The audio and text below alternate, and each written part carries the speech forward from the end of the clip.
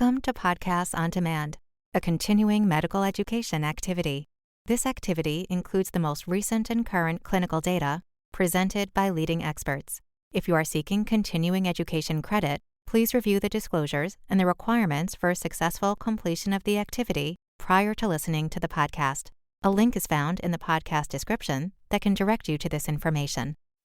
Hello, I am Dr. Amesika Nyaku, Assistant Professor at Northwestern University Feinberg School of Medicine.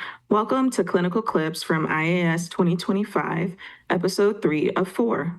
So first, I'm going to start off with having us take a deep dive into the details of the PURPOSE trials. And as a reminder, the PURPOSE 1 and 2 trials, the magnificent findings have been what has led to the approval of lenacapavir for HIV prevention.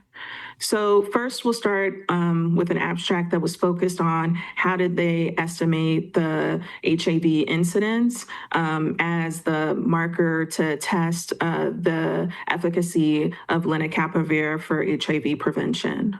So in the setting of now active placebo-controlled trials, there needs to be new mathematical methods to determine the threshold for non-inferiority or in some cases superiority. And so using a counterfactual incidence design is needed. And this has been used quite frequently in contraceptive testing. They used a recency assay with a recent infection testing algorithm, or RITA, to estimate the incidence of the background HIV, and then compared that to other methods that are used to try and estimate what is the incidence of HIV. Overall, what they found was that the RITA-based estimation was actually a pretty conservative estimate of the background incidence of HIV when compared to that incidence estimates derived from other trials, but that actually ends up being a positive and strengthens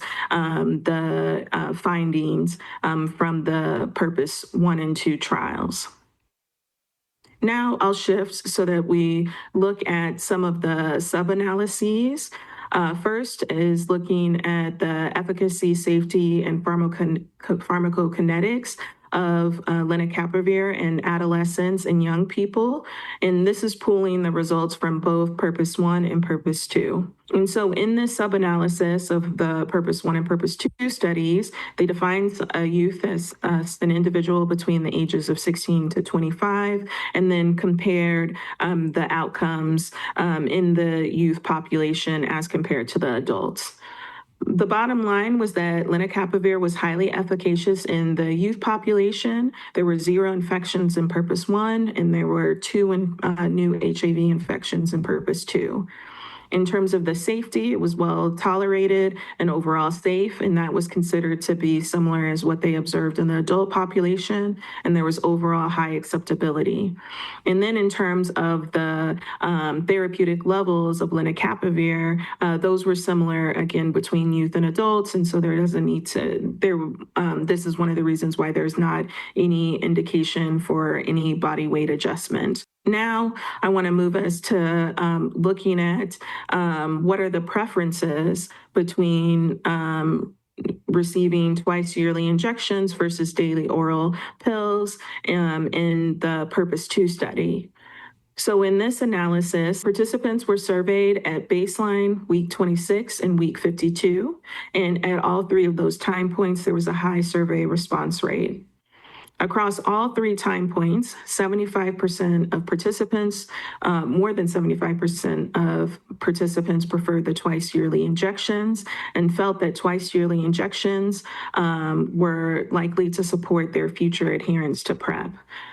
When they tried to understand what were some of the motivations around preference, in terms of the pills, participants that preferred pills reported preferring the pills because they had concerns about pain or discomfort associated with the injection.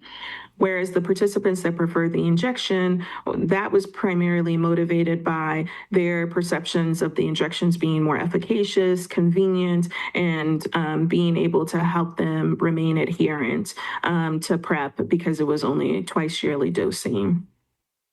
Last but not least, out of this deep dive into the purpose studies, we're going to look at the sub-study of the safety, efficacy, and pharmacokinetics of lenacapavir in pregnant and lactating people.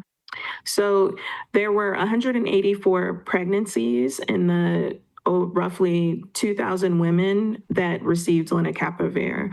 And in those women that became pregnant, there were 0 HIV infections.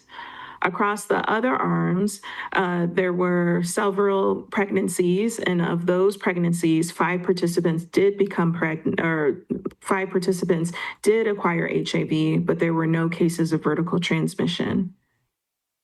When they looked at pregnancy outcomes, they were similar across all of the different arms, and lenacapavir was deemed to be safe during pregnancy. There wasn't any increased adverse events or injection site reactions in pregnant participants as compared to non-pregnant participants.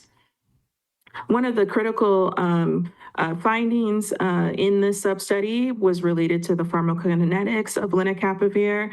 Pregnancy did not significantly alter the lenacapavir levels in the maternal plasma. And so overall, taken together, lenacapavir is deemed safe in pregnant and lactating individuals, and again shows that it was very effective in terms of preventing HIV infections, particularly in pregnant individuals. Now I'll shift so that we can look at some of the data that evaluates disparities in new HIV diagnosis in the United States. In their analysis, using publicly available data, residential segregation was associated with an increased HIV incidence rate in all of the regions of the US except for the Midwest. These findings are very important because it adds to the body of evidence about the impact of systemic racism on infectious disease outcomes and highlights the need to include factors like residential segregation and other markers of systemic racism in research, as well as in national initiatives, particularly those that are focused on ending the HIV epidemic. Next, we'll look at unmet PrEP need in 3 African countries. So adolescent girls and young women in Eastern and Southern Africa have 2 to 4 times the incidence of HIV as compared to young men. In this study, they compared the PrEP access, so they defined that as getting their PrEP prescriptions filled, to the number of new HIV diagnoses among young women and men in 3 countries in Eastern and Southern Africa. So when the PrEP to new diagnosis ratios were compared by sex, young women between the ages of 15 to 24 had 58% less PrEP access relative to the need compared to young men of that age group. When the PrEP to new diagnosis ratios were compared by age, young people overall between the ages of 20 to 24 had 37% less PrEP access relative to their need as compared to young people between the ages of 15 to 19 years old. As efforts to scale up PrEP continue to be a priority, it's necessary to maintain a continued focus on getting PrEP to those that need it the most to reduce the disparities in HIV incidence. And so using these types of markers around PrEP need and PrEP equity can help as a way to continue to monitor whether or not PrEP is getting in the right hands. Now let's look at what ends up being a programmatic review of the USAID supported PrEP introduction and scale up.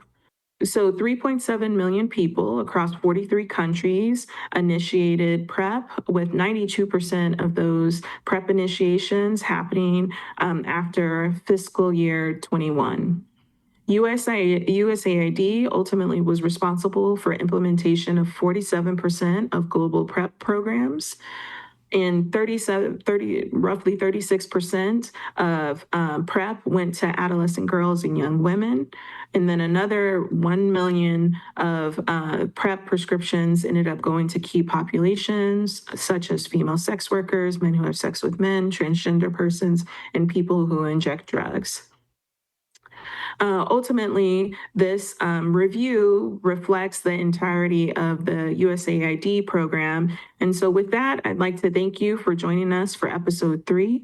Please refer to the landing page for slides and to claim your continuing education credit. Please be sure to come back tomorrow for our 4th and final clinical clip from IAS 2025. We hope you found this podcast useful and educational. To receive continuing education credit and to download your printable certificate, please go to the activity page at practice.cme.com to complete the post-test and evaluation to receive continuing education credit.